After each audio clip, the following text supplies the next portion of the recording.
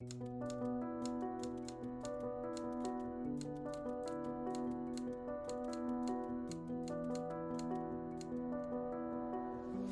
hoy tenemos en Charlas 9 al 14 una invitada muy especial, entre otras cosas porque en este país atravesado por todas las violencias, por todos los miedos, por todos los dolores, por todas las rabias, en ese camino de construir Estado social de derecho, derechos humanos, Amelia Pérez pues tiene una vida de lucha, de resistencia, de insistencia extraordinaria. Amelia Pérez es abogada de la Universidad Libre, especialista en criminología y derecho penal del externado, ha sido juez y ha tenido una experiencia larguísima en la Fiscalía como fiscal especializado en derechos humanos, derecho internacional humanitario. Nos va a contar de su vida, pero sobre todo queremos, como siempre en este programa que intenta dibujar la imagen del mundo y por ende la imagen de las personas que habitan, que construyen y que resisten el mundo, pues queremos conversar en torno a su trayectoria de vida, su trayectoria de lucha, no solamente como fiscal, sino también su trayectoria de lucha como persona que le tocó vivir el exilio. Vamos a conversar eso y a unir la biografía con la biografía del país, con la biografía de Colombia, porque sin duda se parecen mucho y su biografía nos va a ayudar a entender mucho también de la vida propia de este país sufrido, sobre todo en los últimos 30 años, en esta última etapa de ciclos de violencia. Entonces, Amelia, bienvenida, muchas gracias por estar acá. Queremos empezar conversando particularmente sobre la vida, sobre la infancia, sobre el trasegar, dónde naciste, cómo se construyen esos primeros años. Buenos días, Jairo, y buenos días a todos. Muchas gracias. Y sí, fue un trasegar tranquilo. Nosotros somos 6 hermanos. Mi papá, que era abogado, mi mamá, que estuvo trabajando como secretaria, pero después se dedicó exclusivamente a la crianza de los hijos. Cuando estuvimos pequeños, nosotros estuvimos viviendo aquí en Bogotá durante un tiempo y a mi papá lo tenían como juez en Tópaga, Boyacá, que era el pueblo de él. Nos trasladamos. Sí, mi papá es boyacense. ¿Y la mamá de dónde es? Mi mamá es bogotana. También. Mucho honor. Tiene ascendencia santandereana, pero bueno. Nosotros vivimos en Boyacá unos años.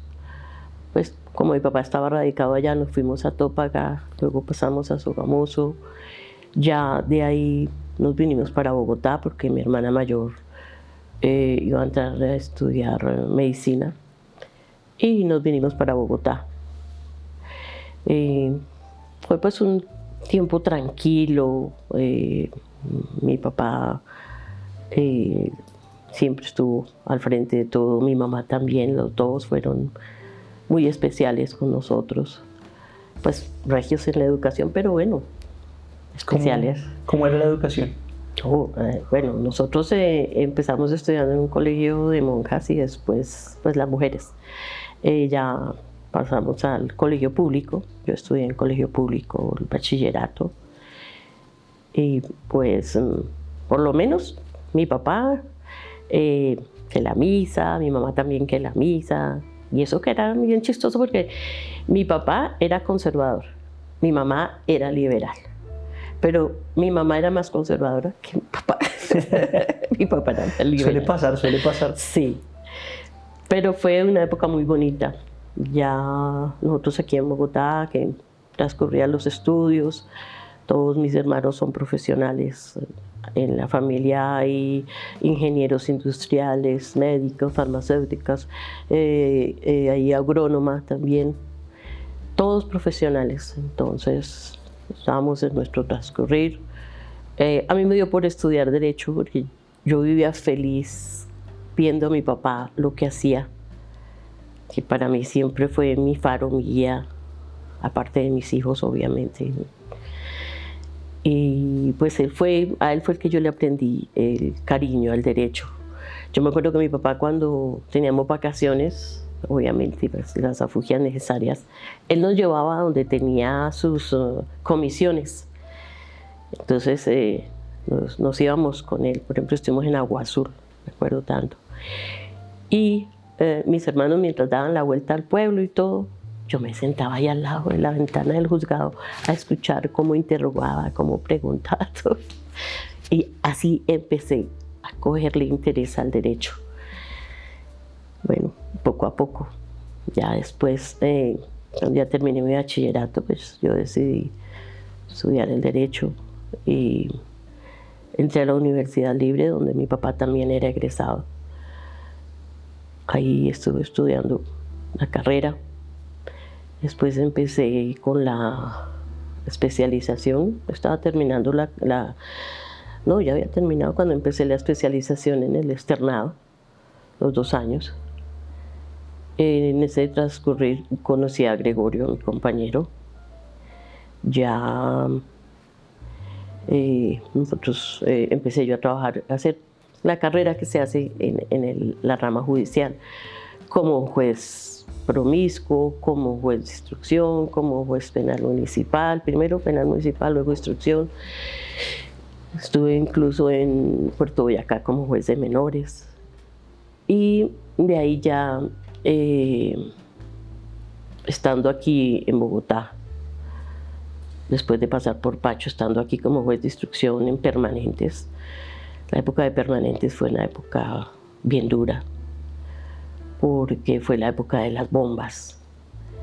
Entonces, es la época de las bombas, la masacre de La Rochela, Y estamos hablando ya de los 90, ¿verdad? Inicios de los 90, 80, finales de los 80. Exacto, sí, porque en Pacho yo estuve en el año 87. En el año 87. Yo empecé a hacer mis pinitos en el Poder Judicial desde el año 83, finales del 83, en el 84, 85. En el 85 es que yo conozco a Gregorio. Y que estaba yo, obviamente, terminando la universidad, haciendo la especialización. Ya estuve en Puerto Boyacá, después me vine, primero Chaguaní, después Puerto Boyacá. Después ya vine aquí en Bogotá, estuve haciendo algunas licencias, vacaciones en los juzgados penales municipales. Ya empecé a hacer licencias en instrucción criminal también. Y ya pasé a trabajar en Pacho, ya se puede decir de asiento. Me nombraron para reemplazar al juez de Pacho, yo estuve allá 2 años. Y por amenazas ya pedí que me sacaran de allá porque fue la primera amenaza que yo recibí en mi vida. Bueno, ya me vine para Bogotá, estuve en permanentes, que fue una época dura.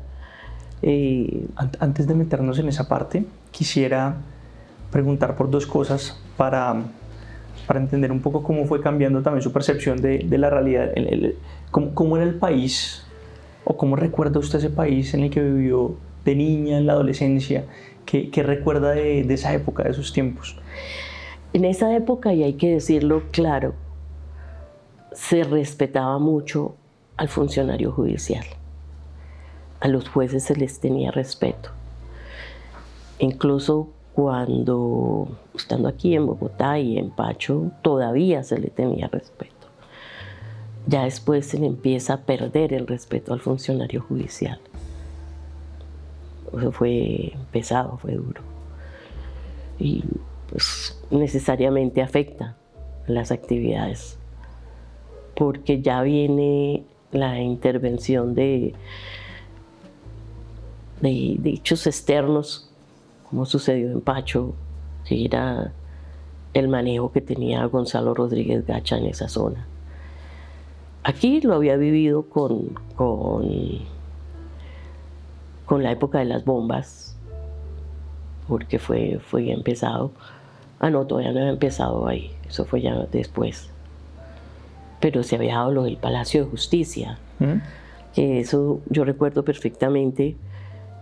En el año 85, sí fue el 85, yo estaba haciendo mi especialización en el externado y tenía una clase con el doctor Emilio Sandoval Huertas y tenía que presentarle un trabajo.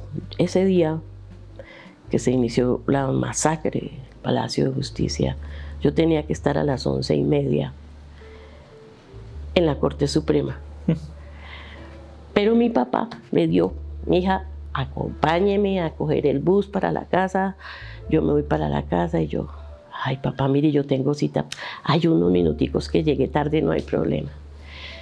Nos fuimos hasta la 10ª, esperando el bus, y de pronto llegamos allá y dijo, no, mi hija, ¿sabe qué? Devolvámonos. Llamamos a su hermana, que mi hermana trabajaba en esa época en el San Juan de Dios en urgencias, en médica, y nos devolvimos para la oficina. Pero cuando íbamos devolviéndonos para la oficina empezamos a escuchar el tableteo. Nosotros pensamos que eran los esmeralderos, que ustedes recuerdan, bueno, ustedes están jóvenes, pero para esa época, en la 14, permanecían los esmeralderos, y eso no faltaba el día en que se agarraban a plomo ahí, Entonces nosotros dijimos, están agarrados los esmeralderos. Entonces mi papá me dijo, no, subamos por toda la 16 y vámonos por la 6ª. Pero eso seguía. Entonces tratamos de entrarnos a los edificios de la 6ª y no nos dejaron. Entonces nos tocó necesariamente seguir hasta donde mi papá tenía oficina.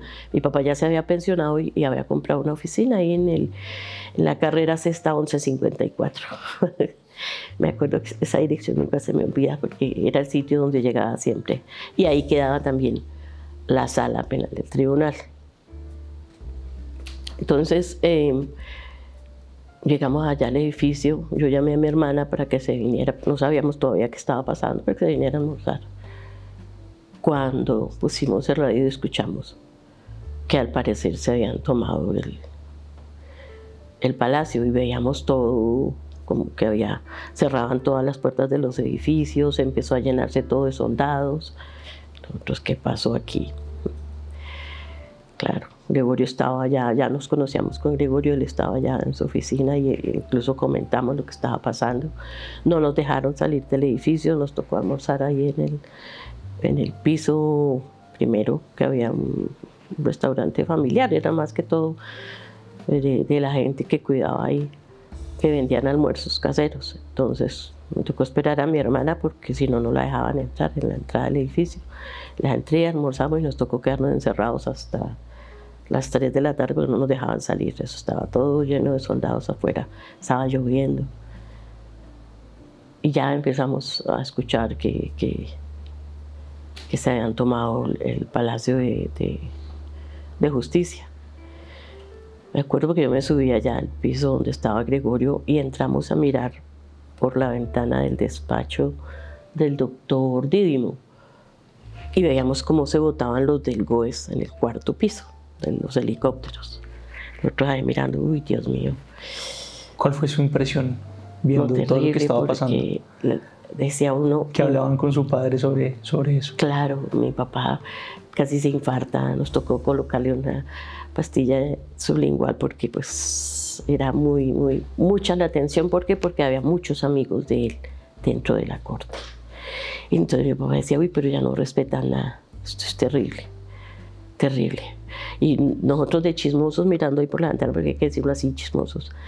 Y por allá entró un tiro y nos tocó salirnos de ese despacho del doctor Dídimo. Y entonces ya yo me bajé, me estuve con mi papá porque él se puso mal, se alcanzó a afectar. Estaba el doctor Medina Moyano, que era muy amigo de mi papá, y otros magistrados que él conocía. Entonces veía uno que se había perdido absolutamente todo el respeto hacia las instituciones, especialmente la Corte Suprema de Justicia. Que pues obvio, esa corte no habrá dos nunca. Bueno, entonces ya salimos de ahí, ya eso fue el año 85, el doctor Emiro pues murió, yo no pude llegar a la cita con él, gracias a mi papá, si no, no estaría aquí. Después ya seguir en la lucha, porque qué más. Yo escuché esa tarde y lo sigo sosteniendo donde sea, que yo escuché a través de Caracol Radio que Emiro Sandoval Huertas había salido vivo. Después me sorprendió que apareció muerto. Es muy duro. ¿Cómo ves todos los acontecimientos de esa investigación del Palacio hasta ahora? Bueno, hay algo, y es que esa investigación Y a raíz de la desaparición del doctor Alirio de Jesús Pedraza Becerra, yo le hice inspección judicial. ¿Por qué? Porque la información que había allí, él había estado trabajando como defensor, no recuerdo si era de Vera Grave o de quién, de alguien del M-19 posteriormente, y yo revisé ese expediente.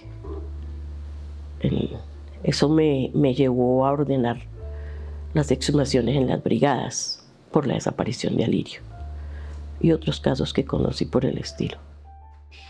Entonces, pues fue muy duro, porque nosotros vimos que no se le permitió a la rama, ¿sí?, a los miembros del Poder Judicial de la época, entrar al Palacio de Justicia a hacer los levantamientos, sino que fue total intervención de la justicia penal militar.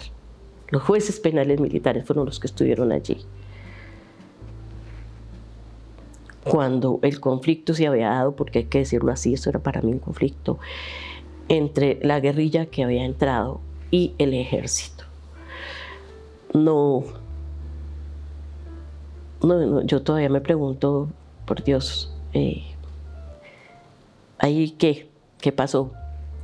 Lástima que Belisario no cuenta qué pasó en realidad, porque ya se murió. ¿Usted cree qué cree que pasó? Pues que hubo un golpe de Estado, necesariamente. Necesariamente hubo un golpe de Estado. Un golpe de Estado de 48 horas. Exactamente. Tristemente. Murieron muchas personas valiosas, muchas. ¿Quiénes que aún están vivos podrían tal vez construir esa narrativa de lo que pasó? Es difícil decirlo. Más bien quienes quieran construirlo. Porque yo pienso y creo que ha habido muchas amenazas en ese entorno, tanto de civiles como las personas que estaban allí, que así como había podido yo entrar, entraba cualquier persona y necesariamente iban a verse afectadas. Entonces no creo que la gente se atreva a decir hoy en día qué pasó en realidad. Sin embargo, deben de hilar delgadito, porque ahí está claro todo. Ahí está claro todo. Si se hila delgadito, se encuentra todo. Regresemos a el inicio de su vida en la rama judicial. Usted nos cuenta que, bueno, en buena medida su inspiración fue su padre. Además, había vivido ya estos episodios que, imagino, sin duda, le construyeron una conciencia sobre la importancia de la justicia y del derecho. Sí. Y le toca estar en Pacho, Cundinamarca, en pleno narcotráfico. ¿Cómo vivió usted esa época? Si nos puede contextualizar un poco de lo que estaba pasando, maravilloso. Bueno, cuando yo llegué a Pacho, que fue el 7 de enero de 1987, las personas que trabajaban allí en el despacho eran oriundas de Pacho. Y estaban acostumbradas a todas las actividades que se manejaban en el pueblo, ¿no? Las relaciones públicas, por así decirlo. Yo he sido una persona muy dedicada a las relaciones públicas, entonces obviamente las actividades que hacían yo prácticamente no asistía, o no asistía. Recuerdo que yo empecé a trabajar en los expedientes, en todo. Había una muchacha que era, bueno, le faltaba experiencia, y el secretario, era escribiente y secretario. Entonces empecé a trabajar todo lo que pasaba allí, lo que había allí, sobre todo los temas más álgidos que se daban en ese sector eran los homicidios y la violencia sexual. Había muchos incestos, había muchos temas así. Y bueno, yo empecé a trabajar tranquilamente. Hacia mediados de año, bueno, hay un detalle que el primer mes, diría yo, más o menos, llegó un abogado. Eso fue un sábado, recuerdo tanto, que él llegó a notificarse de alguna decisión. Se quedó mirándome así, me dijo, ¿usted es joven? ¿No? Le dije yo, sí, ¿por qué? Me dijo, yo le recomiendo que se vaya de aquí. Este no es un sitio para una persona joven. Me dijo, yo soy de aquí, pero me voy a llevar mis hijas, mis hijos y me voy del pueblo, porque aquí no se puede vivir. Claro, yo quedé sorprendida. Me dijo, usted se va a dar cuenta. Bueno, listo. Se fue, nunca más regresó. Y yo seguí trabajando. Yo recuerdo que veía yo a veces unos carros blancos que llegaban allá al fondo. ¿Y esos carros qué? Porque desde el juzgado se veía la montaña. Entonces, de la carretera. Entonces, no, esos son como de la DEA que vienen por aquí, es de estar buscando a Gonzalo. Yo, uy, la gente como que se acomodaba mucho a las cosas. Ya, listo, callada. Ya seguimos trabajando. Hacia mitad de año que hacen las ferias y fiestas en Pacho.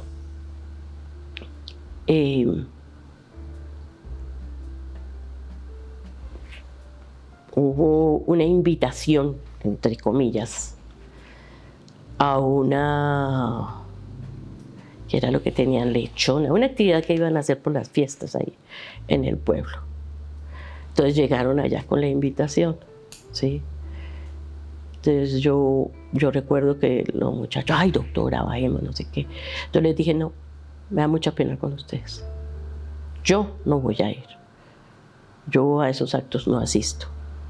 Si alguno quiere ir, ustedes deciden. Pero les advierto. Ustedes van y de una vez se preparan para dónde se van.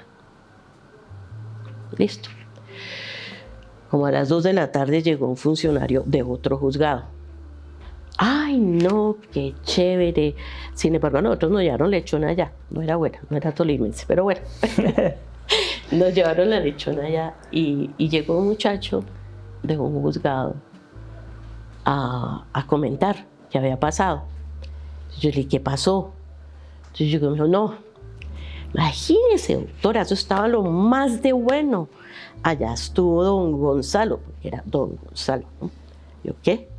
Sí, mire, eso allá nos tenían en la piscina y nos dieron el refrigerio y nos dieron no sé qué y tales actividades, pero lo más bonito estaban grabando. Les dije yo, sí ven muchachos, porque yo les dije que no bajaran. Esto se utiliza el día de mañana contra nosotros mismos. Yo para eso no me presto. Después me tocó cambiar secretario porque se fue, renunció, me llegó un señor, ya de edad, y la escribiente también, busqué una persona de Bogotá. Yo prefería tener gente más cercana a mí que al pueblo. Bueno, ya empezamos a trabajar todo y eso fue el año siguiente. Estaba yo ahí cuando empezaron a llegarme comisiones de Bogotá. Me llegó una comisión en el caso del doctor Jaime Pardo, por la muerte de Jaime Pardo Leal, que ya habían matado a Jaime Pardo cuando me llegó la comisión. Resulta que cuando mataron a Jaime Pardo, que eso fue el 11 de octubre del 87, nosotros habíamos viajado con Gregorio a Chaparral, me iba a presentar en sociedad, me iba a presentar a los papás y todo. Bueno, estando allá nos comentaron.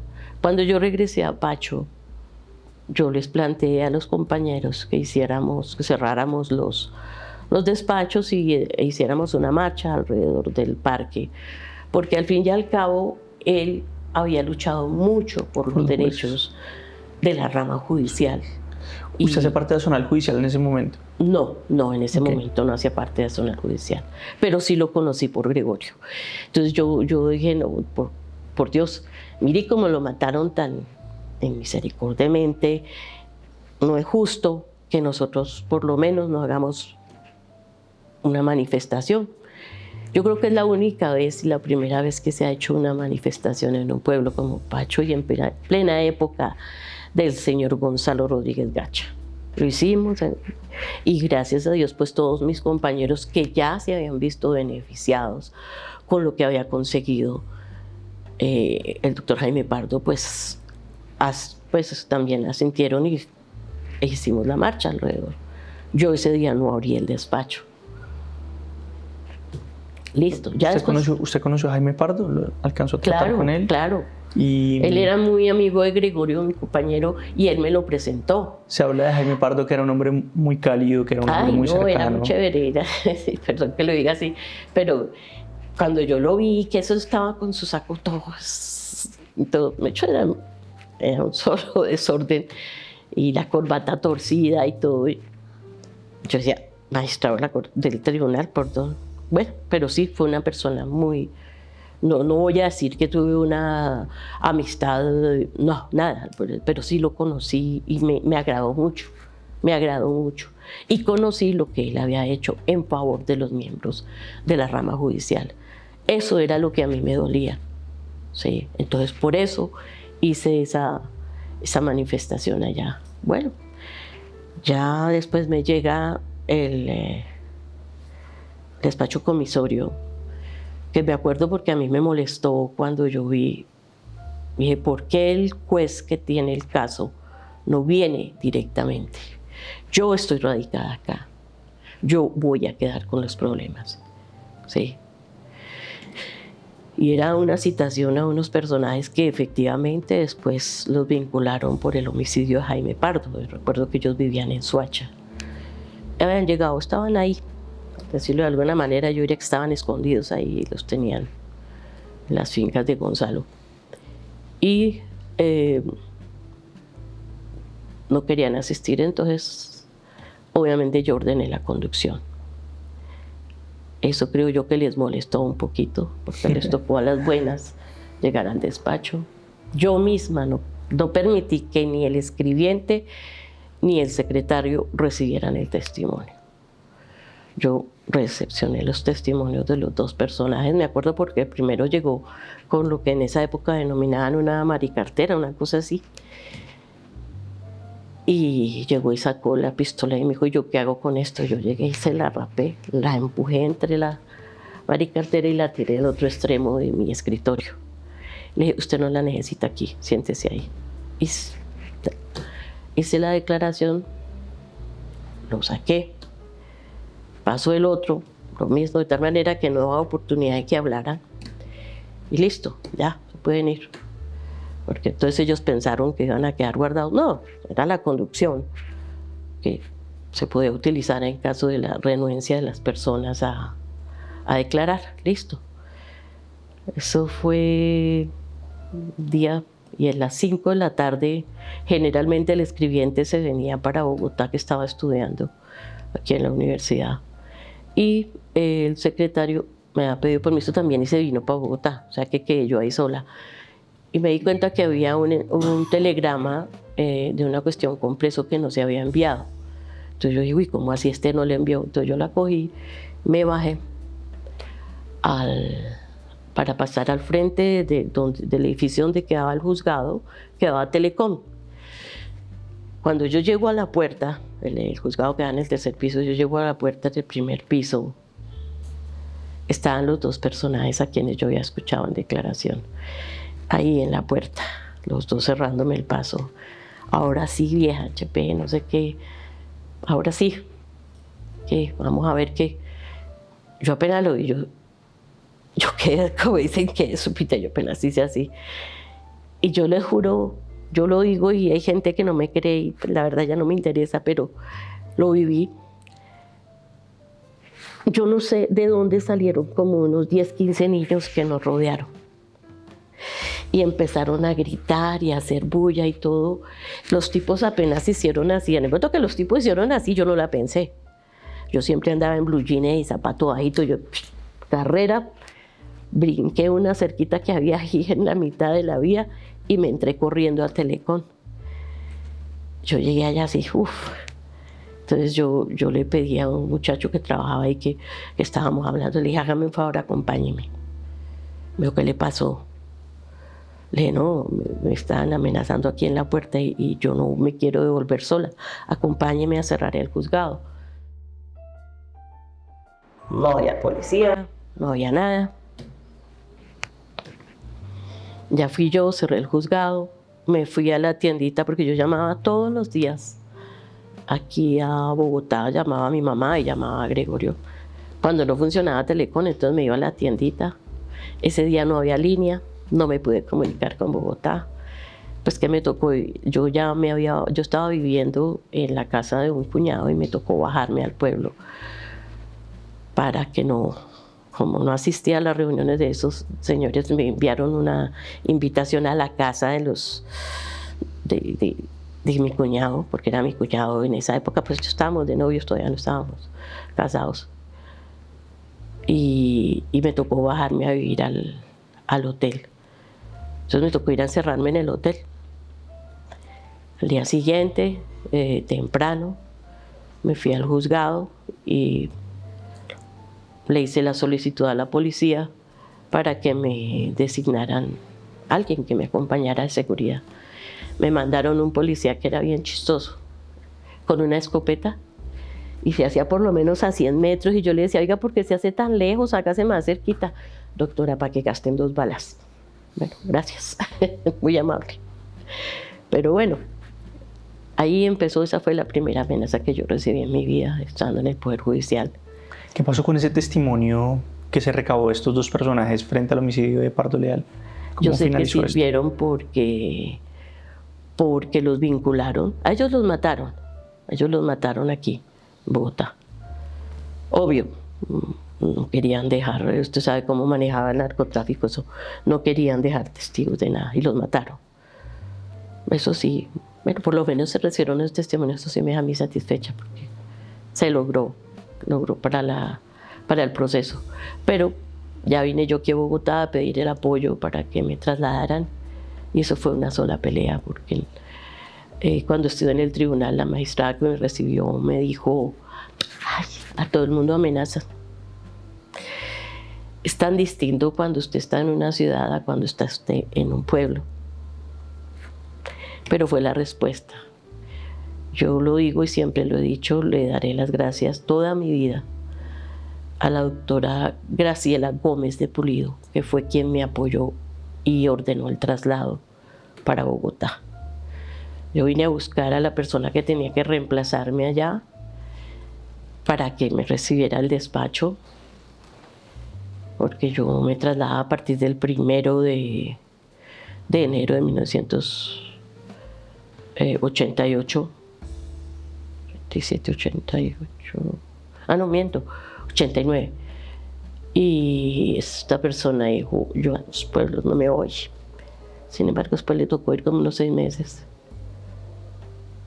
Entonces yo le dije, tranquila, que si usted no me recibe, yo le pido a Procuraduría que me reciba. Y efectivamente, si revisan en el juzgado de Pacho, a mí me tocó pedir la Procuraduría para que recibiera el despacho. A la gente no le gustaba ir allá, por obvias razones. Ahí yo recuerdo el hijo de Gonzalo que caminaba por el pueblo como si fuera el Dios mediante, tranquilamente. Muy duro, pero bueno, eso se vive en los pueblos, no se vive en la ciudad. Y sobre todo en aquel tiempo. Sí, fue una época dura. Pero pues yo siempre le daré gracias a Dios que aquí estoy. Usted sale amenazada y después, ¿qué sucede hasta el momento de su exilio?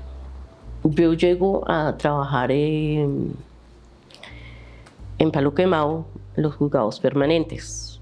Los juzgados lo convierten en permanente. Ahí me tocó hacer levantamientos. Me tocó la época de las bombas. Fue la época muy dura, muy dura. Porque yo recuerdo un levantamiento el día anterior al Día de la Madre.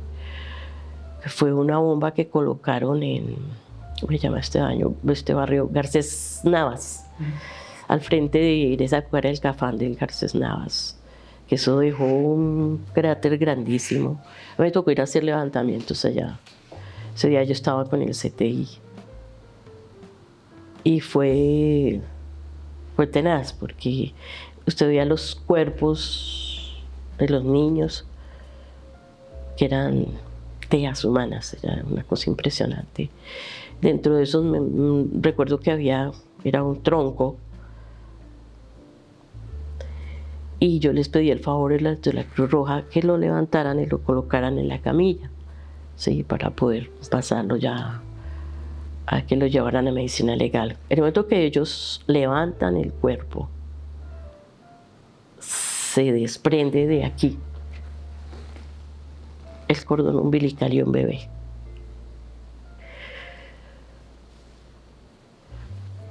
Era un bebé hermosísimo. Nos dimos cuenta que era una señora. Fue muy duro para todos. Recuerdo que Enrique, un muchacho del CTI, se salió de casillas y empezó a gritar, y a mí me tocó cogerlo por los hombros y decirle: cálmese, estamos haciendo un levantamiento y tenemos que seguir. Ya. Y si no, haga hacia allá. Seguimos. Hicimos los levantamientos. Ahí recogimos una mano, el cuerpo lo recogimos en el hospital de Lorencita Villegas de Santos, en la morgue. Eso fue una época muy dura, muy dura. Y fue el día anterior al Día de la Madre, el 14 de mayo, recuerdo yo, porque al día siguiente cumplía años mi hijo. Bueno, ya seguimos, de ahí ya después me trasladaron a un juzgado radicado. Ahí estuve yo hasta el año 90, no, 92 miento, eso fue el 90 al 92, en el 47 de instrucción. Estando ahí, llegaron a solicitar la interceptación de unas líneas telefónicas de la Procuraduría, que en esa época la Procuraduría hacía un trabajo espectacular. Era, yo me les quito el sombrero en esa época como ellos trabajaban. La Dirección de Investigaciones Especiales de la Procuraduría era muy, muy buena. Llegó un muchacho allá y me dijo: mire, doctora, es que venimos a pedirle el favor, así se puede ordenar la interceptación de unos números telefónicos, porque, entonces me lo dijo así, es que desaparecieron a un abogado y hay unas personas que se acercaron a la Procuraduría a preguntar mucho por él y no sé qué. Yo dije: ¿cómo así que un abogado? Sí, un defensor de derechos humanos. Eso a mí me impactó mucho. Yo dije: ¿cómo así? Si está trabajando por los derechos humanos, ¿por qué lo van a desaparecer? Ahí empecé a conocer sobre el tema de Alirio Pedraza. Y empecé con las interceptaciones. Recuerdo que para el 30 de junio del año 92 tuvimos que viajar a Los Llanos, porque eso dio con un caso de un secuestro de un avión en Venezuela, en Maiquetía. El avión se lo habían traído para Los Llanos, tenían 15 personas secuestradas, entre ellas un niño, y el analista que había ahí, señor muy bueno como analista, él decía que hablaban de como una tractomula. Resulta que la tractomula era el avión, y hablaban de un becerro. Había un niño como de 8 añitos que el condenado se le salía a toda hora allá, pues Los Llanos, se le salía de la casa, y que la gente estaba cansada de que lo estuvieran comiendo arroz con frijol. No arroz con huevo, sino arroz con frijol. Entonces, claro, decían que ya no más, que ellos querían carne, que querían salir de ahí, que querían su libertad. Entonces, claro, cuando él dijo eso, otros inmediatamente: ¿cómo así? ¿Será que en ese avión tienen a Alirio Pedraza? Yo me acuerdo que yo estaba vestida de paño, el sustanciador de la época, él sí iba en blue jeans y todo, y yo le dije: bueno, nos tocó irnos así como estamos, fuimos a parar a Puerto Gaitán, Villavicencio, Puerto Gaitán. Se logró el rescate de las 15 personas, se recuperó el avión, pero no encontramos a Alirio Pedraza.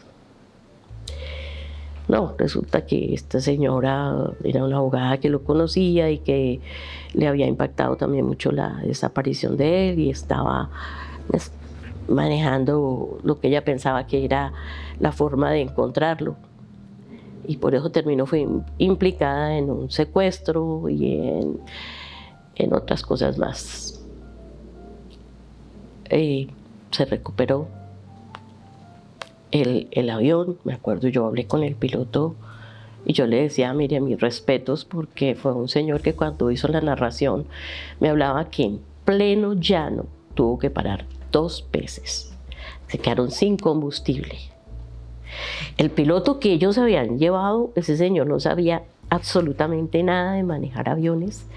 Yo creo que había hecho el curso por internet, entonces fue terrible, pero este piloto de verdad, el venezolano, pues se le notaba la rabia que tenía, pero sin embargo él sacó avante a la gente, sí, y los salvó.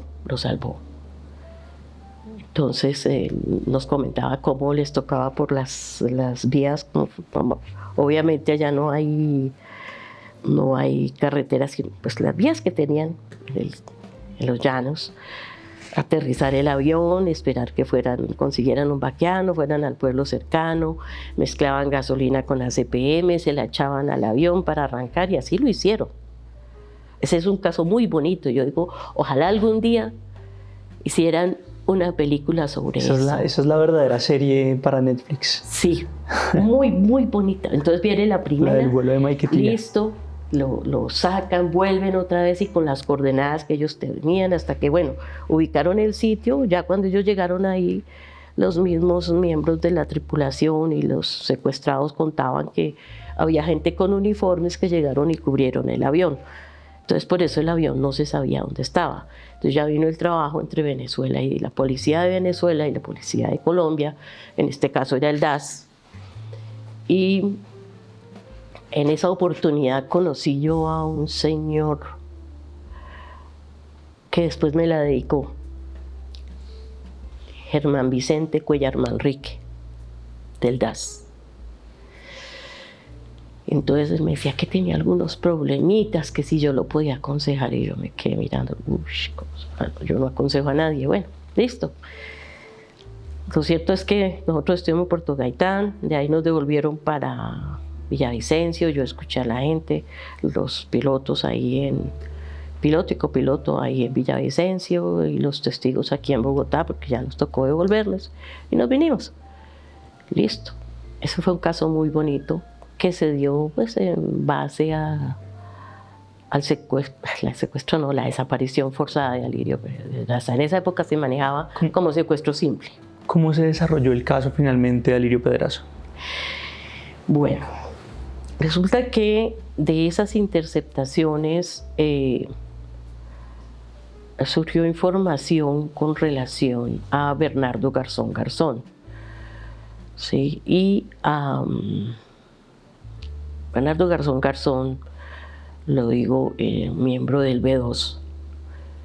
El personaje había acudido a la Procuraduría para hablar sobre la desaparición de Nidia Erika Bautista y otros casos de desaparición, Amparo Tordesillas, de la muerte de Oscar William Calvo, de... Sí, los hermanos. Sí, sí. No, pero el caso concreto de Oscar William. No recuerdo ahorita los otros. Entonces yo dije, no, yo quiero escuchar a este personaje, porque si estuvo en el B2, él sabe perfectamente qué pasó con Alirio. Ya a mí me habían entregado el expediente. Yo estaba ya en la regional Bogotá, porque, como les decía, ¿no? El 30 de junio yo estaba como juez 47 de instrucción en Puerto Gaitán, y el 1 de julio era fiscal de una unidad de Bogotá. Llamamos por todos los medios a Bogotá, no hubo posibilidad de que nos dieran la comunicación. Entonces yo le dije al sustancial, Mito, póngale ahí sencillamente Fiscalía General de la Nación y fiscal seccional, que yo sé que voy a ser fiscal seccional no más, y el resto se lo llenamos después a mano porque no tengo ni idea, y como no nos contestan ni modos, pero teníamos que llenar todos los testimonios. Y así fue. Como fue imposible comunicarse con Bogotá, la forma como inició la fiscalía, que dicen algunos que eso fue, pero perfectamente difícil. No fue perfecta, no fue perfecta. Pero listo, ya entonces pasé yo estuve en la seccional Bogotá como unos 3, 4 meses, de ahí me pasaron a la regional. Estando en la regional, me entregaron el expediente de Alirio Pedraza. Entonces yo seguí trabajando en el expediente de Alirio Pedraza. Y empecé a trabajar duro ese expediente quedó grandísimo porque se le hizo inspección judicial a todos los procesos donde él participó. Por eso digo que ahí yo revisé el Palacio de Justicia. Ahí escuché yo en declaración a Bernardo Garzón Garzón. Como fiscalía fue la primera parte donde él declaró. El primer despacho donde declaró fue ahí conmigo. Lo hizo con reserva de identidad, que espero que ya hayan levantado la reserva, porque sentía temor de que sus mismos compañeros lo dieran de baja. Y empezó a tener amenazas por la colaboración que estaba dando a la fiscalía en ese momento. Y de un momento a otro, como siempre acostumbraban en la fiscalía, ¡shus!, me quitaron el expediente y pasó a manos de otra persona. Esa otra persona vinculó a 2 funcionarios del CTI como presuntos responsables de la desaparición de Alirio Pedraza. Cuando a él le quitaron el expediente y nuevamente ya en Derechos Humanos me lo entregaron a mí, yo empecé a revisar todo y ya me di cuenta que estos muchachos no tenían nada que ver, nada que ver. Yo les precluí investigación y ya de todo lo que se había recogido se veía perfectamente de dónde había salido la orden para desaparecer a Alirio Pedraza. No me pida que le diga. Deme una idea. Obviamente usted se imaginará de dónde. Pero no me pida que le diga, porque eso está en el expediente y está en la decisión. Búsquese la resolución que yo tomé. Es más, ¿sabe qué me hicieron a mí en ese caso? Estando en la fiscalía, yo ya había resuelto para los muchachos, para precluirles, tenía lista la decisión. Eso era un viernes y recuerdo que yo dije, el lunes le echo la última ojeada, la imprimo y la saco. Cuando llegué el lunes a la oficina, el computador mío no servía. Me tocó sentarme otra vez a volver a sacar la decisión. En esa época yo no era inexperto más con el tema de internet, uno no guardaba copias ni nada de eso. Ahí me regañaron todos los de sistemas. ¿Usted por qué no guardó copias? Porque yo no sabía que eso era así. Es que es más, a mí me tocó aprender a manejar el computador como si fuera la máquina de escribir que toda la vida cargaba uno en las diligencias. Uno se iba para el monte y ¿qué llevaba? Su maquinita portátil, la Olivetti. ¿Sí? Ahí, en esa fue que uno aprendió. Entonces yo manejaba el computador inicialmente como una Olivetti. Sí, me acuerdo porque me tocó decirle a un compañero, oiga, ¿yo qué hago aquí? Porque mire que se fue la luz y me toca volver a hacer todo. ¿Usted no le dio guardar? Yo no le di guardar, yo no sabía cómo se hacía. Me enseñaron, ya, porque ni siquiera eso le suministraban a uno. Hombre, venga el de sistemas y le da unas clasecitas a los fiscales para que sepan cómo se hace. Bueno, tocó aprender a las buenas. Entonces, en ese caso, me dañaron el computador. Mire, yo acudí... Se hizo todo lo posible. Todo lo posible, mire. Fue la gente de sistemas de la Fiscalía, los de la unidad de protección de esa época de la Fiscalía, hasta por fuera me llevé yo el disco duro para que me lo revisaran a ver si me podían recuperar la información. Me tocó volverlo a hacer. Pero el coordinador de la unidad aprovechó eso para compulsar copias ante el tribunal y decir que yo no trabajaba. Pero bueno, parte de la persecución que le montan a uno a veces. Listo, ya lo hice y lo saqué.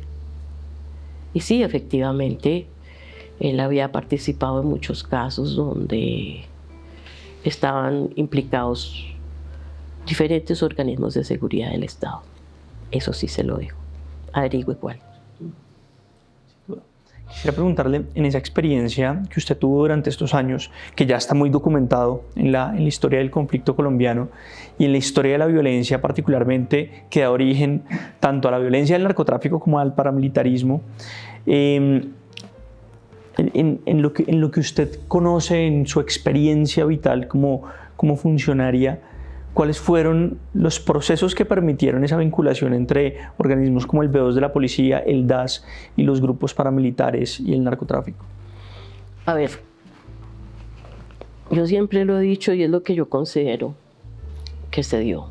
Para cuando se creó la Unidad de Derechos Humanos, el fin de la unidad era defender al Estado colombiano ante los organismos internacionales, porque ya se estaban dando muchas violaciones a los derechos humanos por parte de los miembros de los organismos del Estado. Para que me entienda, fuerzas militares, DAS, policía, hasta el mismo CTI. Entonces, ¿qué pasó? Se crea la Unidad de Derechos Humanos, nosotros empezamos a trabajar esos casos y nos encontramos con que en las zonas donde más había conflicto, había partes donde el narcotráfico, como me sucedió a mí en Pacho, tenía muy buena relación con los miembros de la fuerza pública. ¿Sí? Allá podía llegar quien fuera para, se supone, hacer un operativo, pero el señor siempre se desaparecía del mapa. Él nunca estaba allá en Pacho. Y yo considero que a nivel nacional, en los otros sitios donde vivía, por decirlo, Pablo o vivía cualquiera de los otros personajes, era lo mismo. Había una connivencia y la sigue habiendo, desgraciadamente. Mediada usualmente por el dinero, sí, ¿cierto? Sí, claro. O por la corrupción, se empieza a enquistar la corrupción en este país de una manera terrible, terrible. Ya no importaba la vida de las personas. Sí. Dicen que lo del Palacio de Justicia fue por temas de narcotráfico. Resulta que allá había cosas más delicadas que el narcotráfico, que en realidad estaban afectando a Colombia. Y se quemaron. ¿Cómo qué cosas? Decisiones que tenían que ver con altos miembros de la fuerza pública. ¿Cómo terminó usted en el exilio? ¿Cuál es ese proceso? ¿Cómo lo vivió usted? ¿Qué significó? Estando en la Unidad de Derechos Humanos,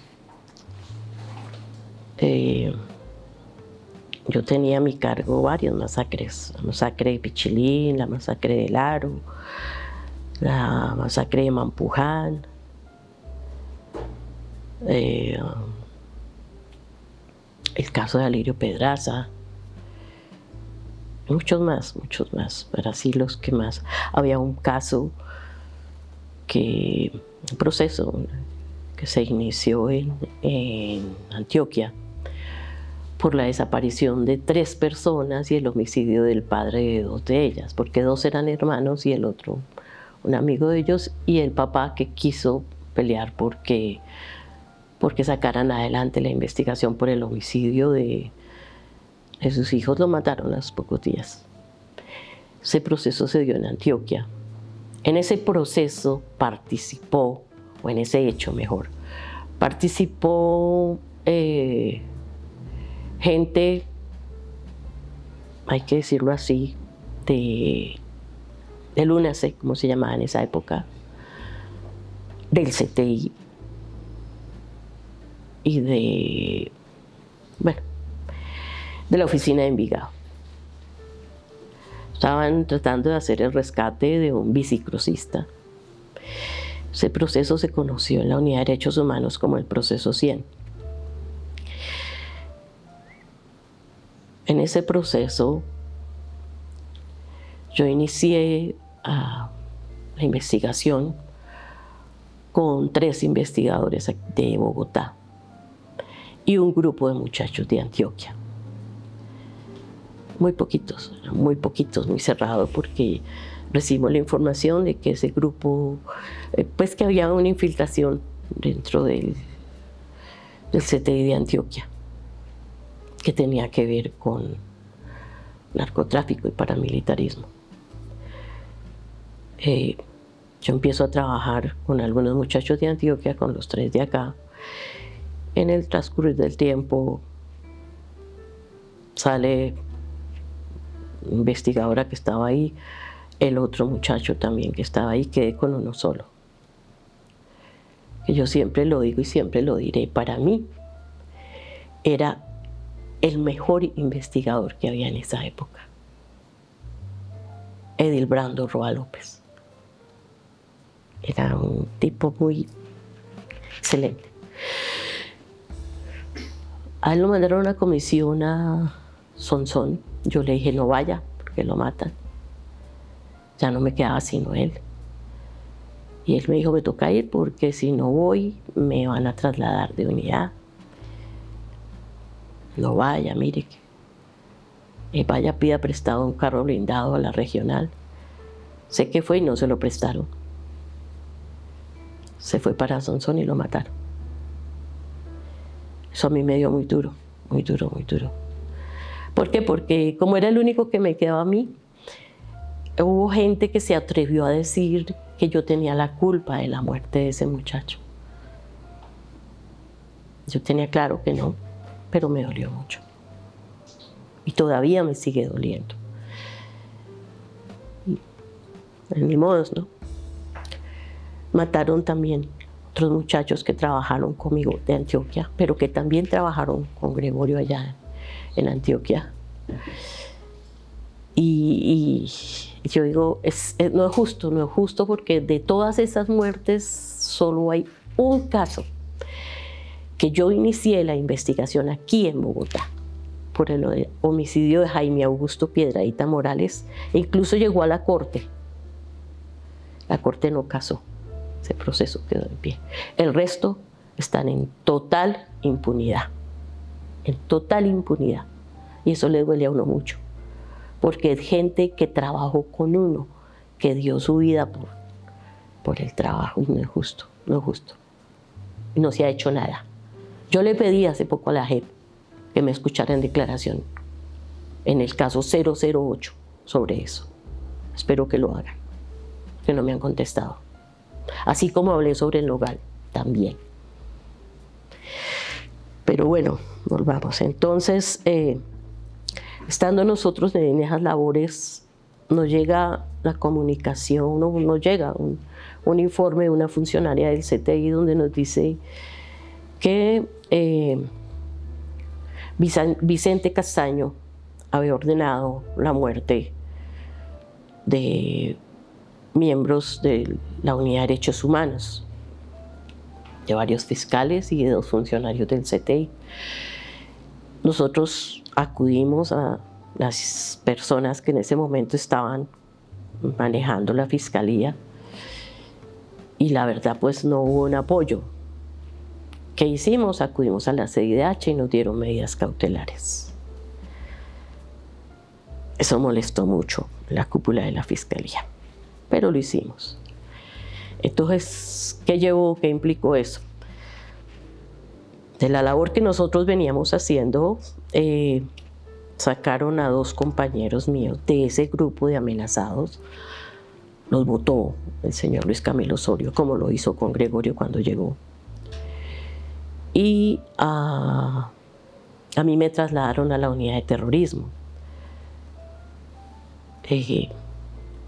Me acuerdo porque yo tenía un carro blindado que nos había dado el Ministerio de Justicia por unas amenazas que surgieron a raíz de un proceso que había tenido Gregorio por el homicidio de la niña Caldas. E incluso habían tratado de quitarme uno de los hijos en Unicentro. Entonces, ese carro me lo quitaron en la Unidad de Derechos Humanos, con el argumento de que lo habían arreglado con la plata que había dado Estados Unidos. Cierto es que terminé yo andando de carros que se varaban en cada esquina, paré el taxi, súbase y vaya a recoger a los hijos y siga la vida porque hay que seguirla. Ya llegó a un punto donde estábamos tan atosigados. No, ya me trasladaron a mí a terrorismo. Estando en la unidad de terrorismo, es que para bajarnos el perfil, ¿no? Porque lo que había ordenado Vicente era la muerte de nosotros, pero Carlos Castaño ordenó que nos bajaran el perfil. Después de bajarnos el perfil, ahí sí nos sacaran y nos mataban en alguna cosa que se organizara como un operativo donde nosotros quién sabe en qué torcido estábamos. Sí. Claro, necesariamente eso yo aquí las directivas me trasladaron a mí, que la que quedaba ahí en derechos humanos, me pasaron a la unidad de terrorismo. El argumento era que yo estaba montando un sindicato en la unidad de derechos humanos y pues si bien es cierto había estado afiliado a SUNAL, creo que en ese momento ya ni siquiera lo estaba, nada de sindicatos. Bueno, listo, a mí me trasladaron allá, yo llegué allá, seguí trabajando. En el mes de noviembre el señor Osorio ordena que yo tengo que manejar un grupo que se creó a raíz de las bombas y atentados que se estaban dando aquí en Bogotá en el 2002, y yo empiezo a manejar ese grupo en noviembre del 2002. Y tenía que reunirme, cada 8 días me reunía yo los viernes a las 8 de la mañana con un miembro de cada organismo de seguridad. Me acuerdo que estaba SIGIN Bogotá, SIGIN Cundinamarca, DIJÍN, DAS Cundinamarca, DAS Bogotá, CTI Bogotá, CTI Nacional, CTI Cundinamarca, y llegaba una persona, no recuerdo si era de la Armada, yo venía de la Brigada 13, en una sola palabra. Bueno, yo adelantaba esas reuniones con ellos, pero ya tenía yo mucha presión. Pedí vacaciones en el mes de enero. Yo salí como el 13 de enero más o menos a vacaciones y tuve que, bueno, empecé a hacer los trámites para irnos del país. Ya nosotros habíamos hablado con Gregorio que ya eso no aguantaba más, que tocaba irse porque no podíamos ser irresponsables con los hijos. Yo voy a decirlo hoy,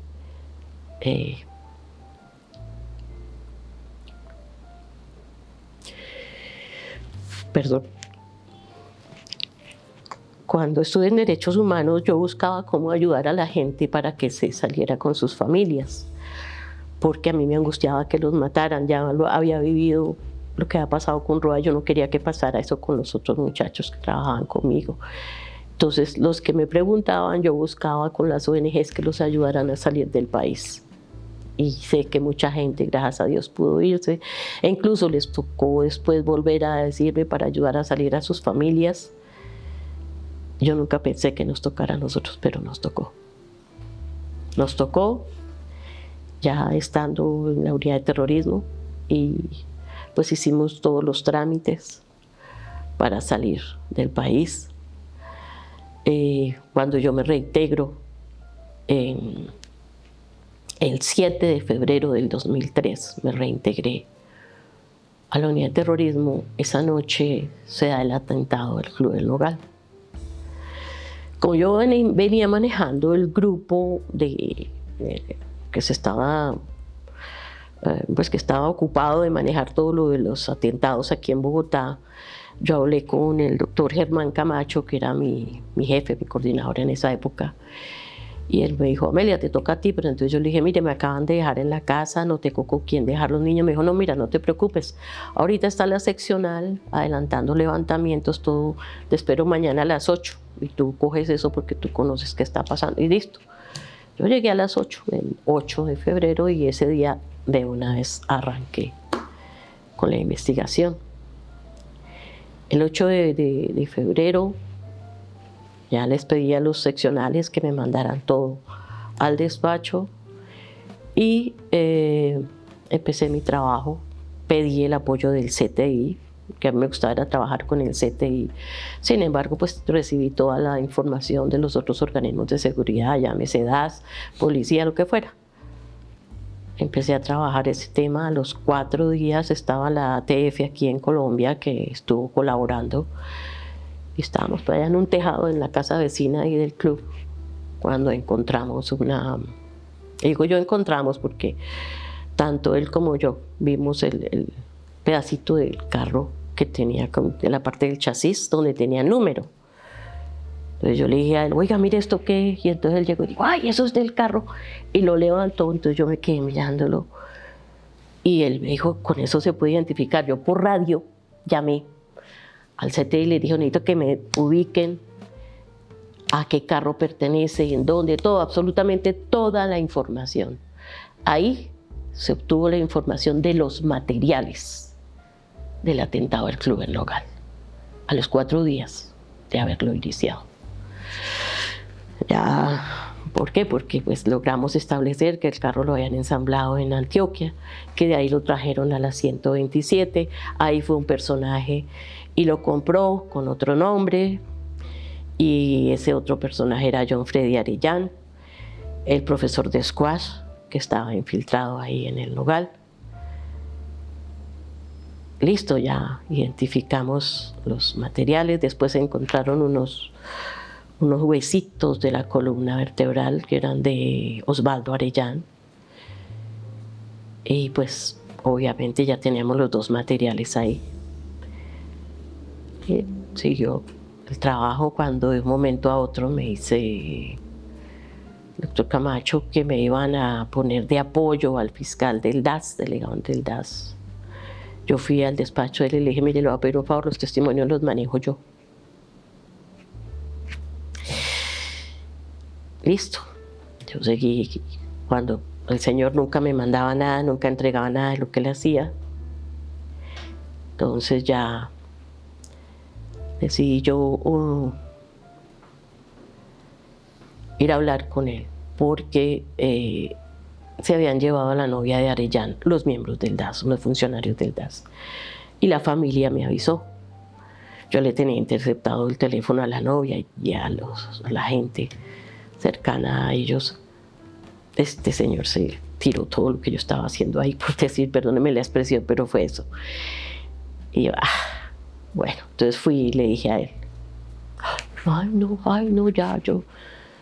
ya la oímos, ya que le dije yo, ya la oímos, listo. Entonces me fui y busqué al doctor Camacho y le dije, si esto va a seguir así, yo le entrego el expediente, ya no más. En ese momento tomé ya la decisión de entregar el proceso al Nogal y pedir licencia por 3 meses. Y ya hicimos todos los trámites para poder irnos para Canadá. Eso fue, me acuerdo, el 19 de marzo, si no estoy mal, que yo le pasé el escrito al doctor Camacho diciéndole pues que ya no más. Entonces ellos inmediatamente sacaron una resolución designando a los 3 fiscales que se supone iban a manejar el expediente, dentro de los cuales está el fiscal delegado del DAS.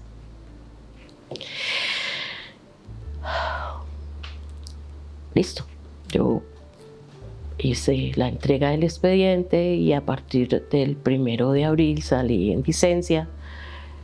Cuadramos lo que se pudo porque prácticamente todo quedó abandonado acá. El 23 de abril salimos para Canadá. Yo decidí que iba a irme con toda mi familia, porque yo ya había visto el modus operandi que se tenía de los que estaban en esos momentos prácticamente gobernando esto, que era acosar a las familias cuando se iba uno solo con su núcleo cercano, acusar a las familias para hacerlo a uno regresar. Entonces yo dije, no, yo me llevo mi mamá, mis hermanos, mis sobrinos, mis cuñados y ya. Y así salimos el 23, con mis hijos, con Gregorio y el resto de mi familia. Salimos 17 personas para Canadá, a las buenas. A llegar usted a ver qué va a pasar, porque usted no conoce el idioma, es una cultura completamente diferente, pero yo le agradezco a Canadá que nos dio la oportunidad de seguir viviendo. ¿Cuántos años estuvo usted en el exilio? Yo estuve 9 años. 9 años estuve allá. Tuve que venir en el año 2008. Dios mío, y no acababa de entrar. Eso, cuando entré, eso fue horrible porque el DAS estaba encima chequeando cuando uno llegaba. Y me avisaron, Amelia, están mirando quiénes están entrando de los que salieron en la época al país. Y yo, ¿qué? Sí. Yo, uy, Dios mío. ¿Cuál fue la enseñanza más difícil del exilio? Lo que más le costó a usted de irse de Colombia. Yo le voy a decir algo, para mí fue muy duro, muy duro. Mis hijos y mi marido me ayudaron a superar, porque yo recuerdo que yo me quedaba mirando por la ventana, yo veía cómo caía la nieve y yo decía, ¿y por qué? ¿Por qué? Yo no hice nada malo. ¿Qué hice yo? Trabajar, entregar mi vida al trabajo, a veces hasta injusta con el tiempo que le quitaba a mis hijos. Por lo menos pude darles tiempo a ellos allá, estar con ellos, lo que les haya quitado aquí, aprender a conocer una cultura nueva, a tratar de aprender un idioma que es terrible porque ya lo viejo es difícil, pero se hace, que toca defenderse, toca hacer lo que fuera porque había que hacerlo, obviamente, que no fuera, sí, tocaba cuidar niños, tocaba arreglar hoteles, porque eso lo hice yo, fui a habitaciones, a arreglar las habitaciones de los hoteles, hasta le enseñé a una colombiana a hacer el ajiaco, porque no sabía cómo se hacía el ajiaco bogotano. Y yo, bueno, yo me aprecio decir que me queda rico. Me gusta porque me gusta mucho, es de las únicas sopas. Mi papá me decía Mafalda porque yo no tomaba sopa, pero la única sopa que yo le tomo es el ajiaco. Entonces yo misma lo preparaba y le enseñé a ella porque montó un restaurante a hacer el ajiaco. Ese fue un plato que le gustó mucho a los quebecos. Quebecos son Quebec, la ciudad de Quebec. Entonces tenemos una historia de lucha, sobre todo de sentido del deber, dentro de la rama judicial desde mediados de los 80s. Llegamos entonces a la época del gobierno de Álvaro Uribe, ¿cierto? Donde todo se reconfigura en el país, y a la Fiscalía de Osorio, en donde hay un ambiente enrarecido, ¿cierto? En lo que usted nos está contando. ¿Qué cosas de lo que sucedió durante la Fiscalía de Osorio y durante este primer periodo de gobierno de Álvaro Uribe les cree usted que todavía siguen abiertas dentro de la justicia colombiana? No me refiero solamente a los grandes casos, sino a eso que estaba pasando ahí, adentro del CTI, dentro del antiguo DAS, dentro de la Fiscalía. Algo que fue y ha sido muy duro es cómo se enquistó, dentro de todos los organismos del Estado la corrupción. Se perdieron los principios, el respeto. Eso ha sido muy terrible, muy terrible. Ya no... yo me acuerdo que un día lo hablábamos con alguien, ya usted va a un pueblo y el juez o el fiscal es no más. No hay respeto hacia las instituciones, porque ellos mismos lo han generado. Sí. Llegaron personajes que en vez de apoyar, en vez de entregar algo bueno, entregaron todo lo contrario. No me pidan nombres, porque la historia lo ha ido diciendo. Sí. Y estoy hablando de todas las instituciones. Estoy hablando del DAS, estoy hablando de la Fiscalía, estoy hablando de las fuerzas militares. Por eso ya no se respeta nada. Bueno, parte de esa apuesta y toda esa trayectoria como funcionaria y conociendo la corrupción endémica en el Estado, quiero aprovechar para preguntarle el tema bueno, ya no está en coyuntura, pero es el tema reciente, para que nos cuente cómo fue ¿Qué fue lo que sucedió? Yo sé que hay todavía temas allí abiertos porque hay unos procesos, pero de lo que nos pueda contar de cómo fue ese proceso. Usted fue ternada para la Fiscalía General de la Nación durante un buen tiempo, estuvo dentro del grupo de favoritos, por lo menos en un sector grande de la opinión pública, de favoritas para ocupar la Fiscalía General de la Nación, y ahí se generaron una cantidad de cosas, pero quisiera conocer un poco de lo que nos pueda contar sobre ese proceso en el que pues claramente usted fue digamos, una persona fundamental dentro de todo ese borolo de meses y meses y meses en el que estuvimos esperando allí la respuesta de la Corte Suprema. Bueno, pues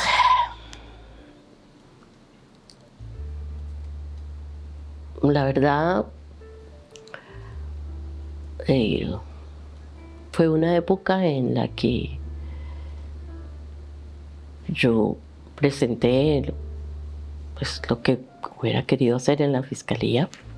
Ya, listo, hablé con cada uno de los magistrados, estuve permanentemente allí, sí, porque además era algo que algunos decían, no, es que tiene que estar aquí, tiene que estar hablando, todo listo. Bueno, yo lo hice mi tarea, como dicen ellos. Pero cuando yo saqué los 13 votos, que salió el escándalo a través de los medios de comunicación tradicionales,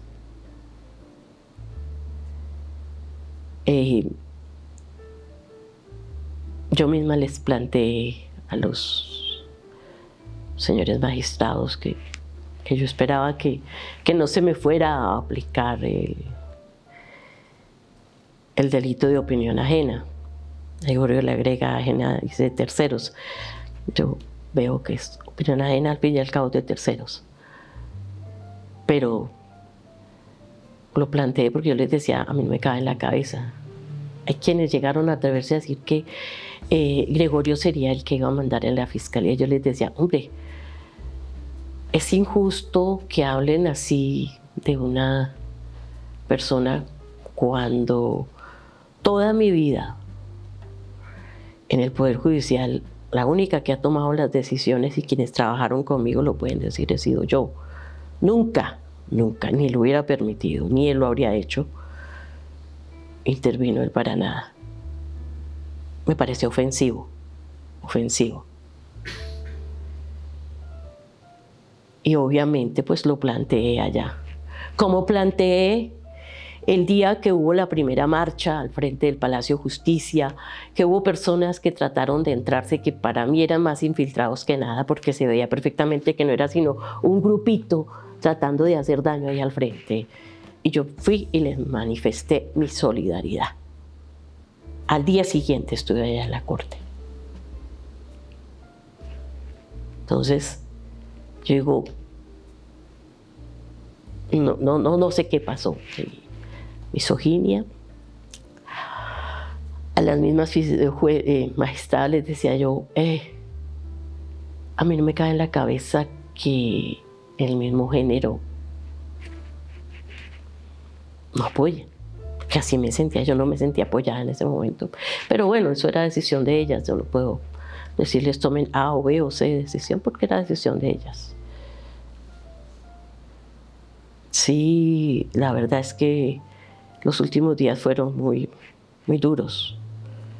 Yo me sentí mal de tener que asistir allá, de tener que ir, especialmente el último día.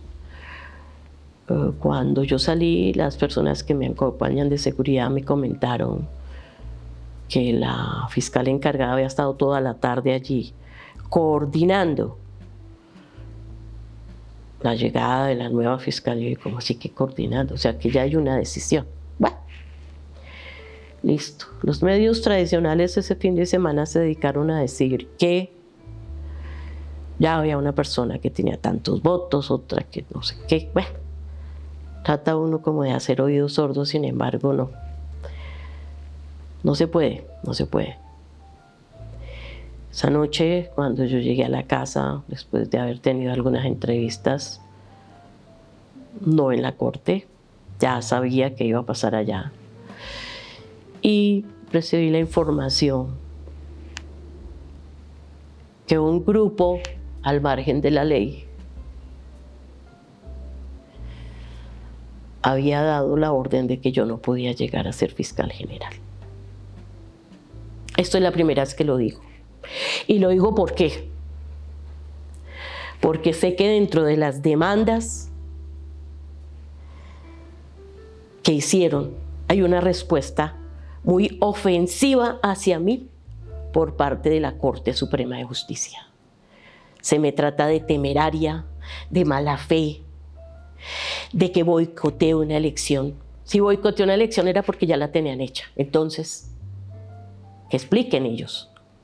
Yo no tengo por qué explicar eso. Pero yo sí puedo decir que recibí el mensaje de que un grupo al margen de la ley, si yo llegaba ahí, iban a dar de baja. Cuando conocí eso, yo sencillamente dije, ¿yo qué hago aquí? Yo no me presto para juegos así. No. Toda mi vida me aguanté un exilio como se lo aguantó toda mi familia por no prestarme para cosas que no debía. No iba a permitir y no permito que ensucien mi nombre, mi dignidad. No. Es la primera vez que lo digo. Y pedí que el Consejo de Estado me escuchara, y si no me escucha aquí, me escucharán en el exterior. Porque conmigo no van a limpiar el piso por sus decisiones. ¿Esa fue la razón previa a la renuncia suya al proceso? En ese momento, cuando me dijo, porque el que me avisó fue mi compañero, yo llegué, cogí el celular, llamé a un amigo que sé que trabaja en la Casa de Nariño y le dije, hágame un favor, avísele al presidente que yo renuncio. Yo renuncio, yo no sigo en esto. Si el presidente le dijo o no al presidente de la Corte, ya es el trámite que él tendría que hacer. Yo lo pasé por escrito, obviamente no lo iba a pasar a las 11 de la noche cuando me avisaron, casi las 12 ya, cuando me avisaron que el presidente ya sabía. No me iba a ir hasta la Corte Suprema que estaba cerrada o a la Casa de Nariño que también estaba cerrada, de pronto abierta, a pasar la renuncia. Pero por eso lo hice.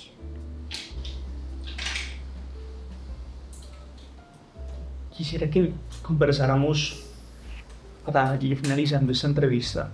Usted ha hablado de un tema que me parece muy bonito y es los fiscales que se iban con su máquina de escribir, el momento en donde claramente los grupos armados, el narcotraficante, domina al pueblo y gobierna al pueblo, ¿cierto? Y sin embargo ahí sigue el Estado de Derecho y siguen los funcionarios de alguna forma haciendo gala de la dignidad y la construcción del Estado.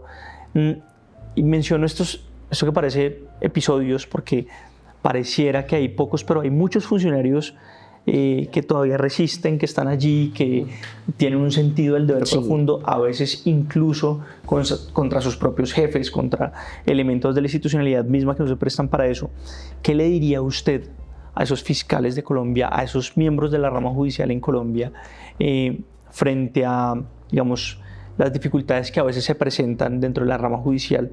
¿Cómo ve usted hoy la justicia? Quiero saber un poco cuáles son los retos que usted cree que tiene hoy la justicia en Colombia, que tiene muchísimos, sin duda, sí. Pero desde esa perspectiva que me parece muy interesante, porque es una perspectiva allí ética, ¿cierto? Del sentido del deber, que a veces no se explora mucho, sino que a veces pensamos siempre, en Colombia tenemos esta idea de hacer leyes y hacer leyes como para intentar gobernar comportamientos que a veces no necesitan leyes para ser gobernados. Entonces me parece súper interesante esa perspectiva que usted ha tenido y que nos ha ofrecido en esta entrevista.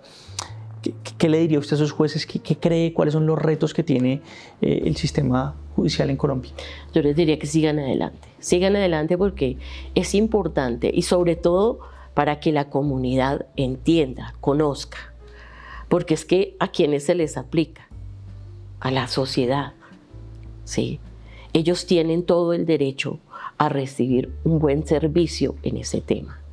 Y buen servicio quienes prestan, quienes los hacen desde sus principios, desde sus conciencias, ¿sí? Cuando se quiere lo que se está haciendo, se hace todo lo posible. Entonces me hace acordar de una anécdota que tenemos, digo yo tenemos, porque lo tuvimos varios, en un punto en Antioquia que llaman La Nevera. La Procuraduría de la época, que era espectacular, había pedido el apoyo para hacer unas exhumaciones. Nos fuimos al sitio, era en Urrao. Y me acuerdo tanto porque yo pedí el apoyo de 2 fiscales más. Era uno que estaba trabajando conmigo ahí en la Fiscalía Delegada, la Nacional era, y uno de sede. Nos fuimos. Bueno, llegamos a Urrao. Me acuerdo que yo iba con un grupo grande del CTI de aquí de Bogotá, porque íbamos a buscar unos cuerpos, ¿no? Nos habían dado unos sitios que la Procuraduría no quería entregar porque era el guardadito así el sitio, pero tocó entregarlo al fin y al cabo para que ubicáramos la zona. Llegamos al pueblo, nosotros compramos unos tarritos de salchicha colombiana y pan y nos fuimos para el sitio. Uno de nuestros oradores compañeros se le ocurrió la brillante idea de que él no se iba a trabajar si no se echaba su caldito, huevo, chocolate y qué sé yo, hasta tamal me imagino que comió el pobre ese día. Llegó y nos demoró. Yo estaba furiosa llamando por radio que le apuraran. Bueno, ya salimos todos, llegamos al sitio. Yo había pedido el apoyo en ese momento de la 4ª Brigada para que aseguraran la zona, porque era zona de guerrilla.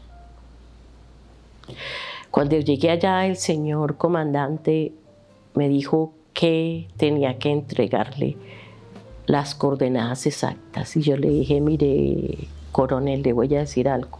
Como dicen aquí los muchachos del CTI, soy 7:35, entonces yo no le doy a usted el sitio. Le estoy diciendo que acordone, que verifique que la zona esté tranquila y no más. Ah, no, si usted no me da eso, entonces sencillo. Yo no le doy la seguridad. Le dije, bueno, entonces así como yo le estoy diciendo a usted, ya se lo pasé por escrito y usted ya me dio el recibido, me lo contesta. Y me salí. Nos fuimos para el sitio. El tipo rodeó el pueblo de ejército. Cuando se dio cuenta que no estábamos, porque era por fuera del casco urbano, mandó 2 del F2 en una moto. Nosotros ya estábamos en el sitio. Había 2 cuerpos en una parte y una pareja que estaban como abrazados, que los había botado así un acantilado y murieron los pobres. Y había otros que estaban 1, 2, 3 así. Este le tocó precisamente al honorable compañero que se echó ese desayuno espectacular. Cuando a mí me dijeron, yo fui a buscarlo y dije, ¿dónde está? Entonces me dijeron los muchachos muertos de la risa, allá en el río. Doctora, ¿cómo así? ¿Qué le pasó? Está dejando el desayuno. Perdóneme. Obviamente, los cadáveres, había unos que ya estaban muy putrefactos y había uno que estaba reciente. El olor era insoportable. Pero ¿quién lo manda? Uno tiene que prever que en esos casos no debe de ir tan bien, ¿no? Listo. Sacamos los cuerpos, no sé qué. Cuando yo vi que pasó la moto y le pregunté a uno de los muchachos que estaba prestando seguridad quiénes eran. Entonces me dijo, ay, es que son los primos. Pobrecitos, se les varó la moto. Llegaron hasta ahí y qué casualidad, así como llegaron hasta ahí se devolvieron. Le dije, ¿usted qué le pasa? Y dije yo, bueno, muchachos, a levantar todo esto porque yo no quiero aquí una rechela. Recogimos todo y nos repartimos. La Procuraduría se volvió por Urrao y nosotros nos salimos por otro lado para que no nos fueran a quitar lo que habíamos recuperado. Yo venía de mal genio porque a mí me han dicho que eran 15 cuerpos y solo encontramos 5. Lo que yo no sabía en ese momento era que los otros 10 los tenían en una finca de un paramilitar. Eso lo supe ya mucho después que me comentaron de la Procuraduría. Pero yo venía de mal genio, que como así íbamos por 15 y no quedábamos sino 5. De pronto el afán de uno de sacar las cosas también. pero lo hicimos, por lo menos nos trajimos 5. Eso fue muy duro y los mismos muchachos apoyando, ayudando. Y me acuerdo que me tocó atravesármele a una volqueta para que nos recogiera los restos y los dejamos en San Carlos. De ahí ya dimos la vuelta por el otro lado para llegar nuevamente a Medellín y traernos a Bogotá esos restos para que se hiciera la identificación de las personas plenamente. Entonces son cosas que quienes están, yo siempre lo he dicho, la gente que está en provincia es la que más duro le toca. Es la gente que está lidiando con el diario vivir. Aquí también se hace, pero no tanto como en el campo. Entonces que sigan luchando, que sigan trabajando, que crean en ellos mismos, que crean en ellos, que es lo importante. Porque si usted cree en lo que usted hace, sigue adelante. Si no, como dicen, apague y vámonos. Amelia Pérez, muchas gracias por brindarnos esta entrevista. Muchas gracias a ustedes. Y es la primera vez que hablo con un medio, porque es un medio alternativo. Muchas gracias a ustedes.